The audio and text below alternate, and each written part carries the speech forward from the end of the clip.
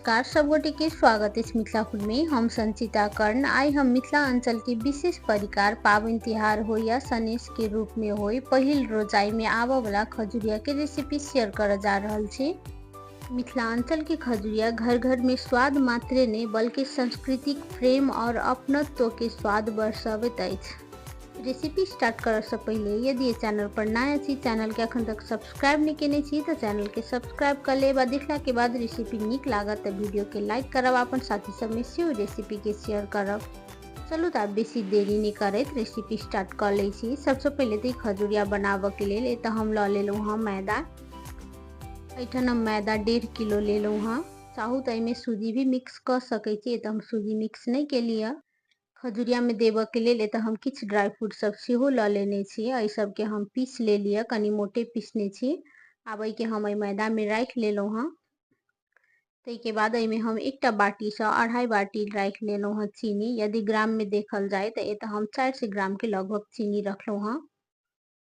एहि के बीच में कनिक जगह बना कर हम राख ले छी सनफ्लावर तेल। वही बाटी से हम 1 बाटी और आधा बाटी सनफ्लावर तेल रखलू हाँ।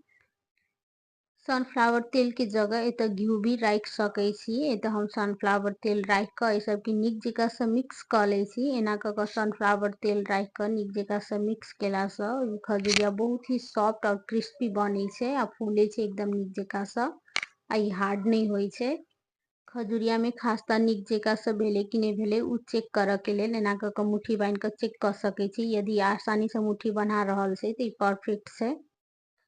ते के बाद सबसे लास्ट में हम राख ले छी दूध। दूध है तो हम छाली सहित ले लिया। चाहू तो दूध के जगह पानी भी राख सके छी, लेकिन दूध रखला से बेसी टेस्टी बने छे। तो हम हल्का सुसुम दूध लेने छलिए। बर्तन एत छोट भ गेल ते द्वारे कि हम फैल बर्तन में राख ले छी जैसे कि निक जका से मिक्स कर सकी। एठन हम खजुरिया के मैदा मिक्स करे के लेल अही बाटी से 2 बाटी और कनिक दूध के यूज केलू हाँ। ये तो अहाँ अपन आवश्यकता के हिसाब से दूध कम बेसी कर सके छी। एकरा बेसी कड़ा नहीं बनावे के छे आ बेसी गीलो नहीं आटा जका बनावे के छे। ये तो देख सके छी जस्ट ई मुट्ठी निक जका से बना जाए ओतबे गील बनेबे। ये तो देख सके छी एहने डो हम एत बना ले लिया। आब के हम दोनों हाथ में कनिक ल ले छी, ते के बाद के हम गोल बना ले छी। अहिना के एत कनी कनी हाथ में रखत एकरा गोल बना लेब। जे शेप के अहाँ खजुरिया बनेबे उ साइज के एत पहले गोल बना लेब। ते के बाद साँच में कनी हम तेल लगा ले छी। एना के साथ में तेल लगेला से ई खजुरिया बनाबैत काल में सटे नहीं छे। एना के ई हाथ से भी दबा के बना सके छी। यदि दोनों साइड से अहाँ के बूटा चाहिए तो ई साँच के ऊपर से दबा के भी बना सके छी। देख सके छी एना के दोनों साइड से बूटा बन जाए छे। यदि साँच नहीं छे तो आई के हाथ से दबा के कांटा वाला चम्मच से आई में शेप बना सके छी। देख सके छी यो शेप बहुत सुंदर लगे छे। अहिना के हम सेम तरीका से ये तो 10-15 टा खजुरिया बना के तैयार कर ले लिया। ते के बाद आई के हम छान लेब। एठन हम लोहिया में राख लेलू हाँ सनफ्लावर तेल। ई खजुरिया के छाना के लेल सनफ्लावर तेल या तो घी के ही यूज करब। खाने तेल में ओते निक नहीं बने छे, सरसों तेल के हल्का स्मेल आबि जाए छे ते दुआरे। तेल एत हल्का गरम भ चुकल छले। ते के बाद एक एक क के एत हम जे खजुरिया आटले से हम राख देलिए।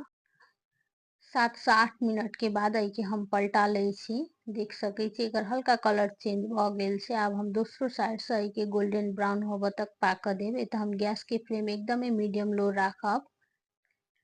ई खजुरिया के छानित काल विशेष ध्यान राखब कि गैस के फ्लेम मीडियम लो ही राखब। लो फ्लेम पर ही आई के फ्राई कैल जाए छे तो ई निक जका से भीतर तक पके छे। नहीं तो ई ऊपर ऊपर से पाक जाए छे, भीतर से कांचे रहे छे तो ओते निक नहीं बने छे। खजुरिया के फ्राई करे में कनी 15-20 मिनट के टाइम लग जाए छे एक बैच में।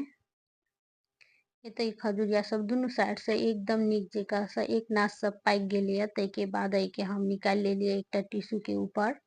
एना क के जे एमे एक्स्ट्रा तेल हेते से ई टिश्यू में एब्जॉर्ब भ जेते। सेम प्रोसेस से जे बाकी बचल छलिए सेहो खजुरिया सब के हम छान के तैयार कर लेलिए। खजुरिया बनबैत काल दूटा बात के विशेष ध्यान में राखब तो खजुरिया कहियो भी खराब नहीं होय छे। खजुरिया बनबैत काल खास्ता में निक जका से पड़बाक चाही जैसे कि खजुरिया सॉफ्ट बने छे। आ दोसर बात छानित काल में एमे कनी टाइम देबे पड़े छे। ते द्वारे बेसी हड़बड़ा के हाई फ्लेम में एकरा फ्राई नहीं करब, नहीं तो ई कनी कांच रह जाए छे भीतर से, ऊपर से पाक जाए छे तो ओते टेस्टी नहीं बने छे। एहि खजुरिया के एक बेर बना के अहाँ 1 महीना तक नीक जकाँ से स्टोर क के राखि सकै छी। बिस्कुट जकाँ एकरा चाय के साथ में स्नैक्स के रूप में खा सकै छी। बच्चा सबके टिफिन में भी द सकै छी। ओना तऽ खजुरिया के मिथिलांचल में विशेष महत्व रहल अछि। चाहे ई सनेश के रूप में होय या पाबनि तिहार होय, मिथिलांचल में विशेष रूप से बनायल जाइ छै। चाहे छठि पाबनि होय, एठन हम एकटा खजुरिया के तोड़ो के देखा दै छी। देख सकै छी भीतर से कते सॉफ्ट बनल छै। भीतर से सॉफ्ट और बाहर से एकदम क्रिस्पी छै। यदि खजुरिया के रेसिपी नीक लागल है तो वीडियो के लाइक करब आ चैनल पर नया छी तो चैनल के सेहो सब्सक्राइब कर लेब। साथ ही कोनो किस्म के सलाह सुझाव हेतै सेहो हमरा कमेंट बॉक्स में जरूर बताएब। वीडियो लास्ट तक देखा के लिए सब गोटे के बहुत बहुत धन्यवाद। अब हम फिर से भेटे छी दोसर वीडियो में दोसर रेसिपी के साथ।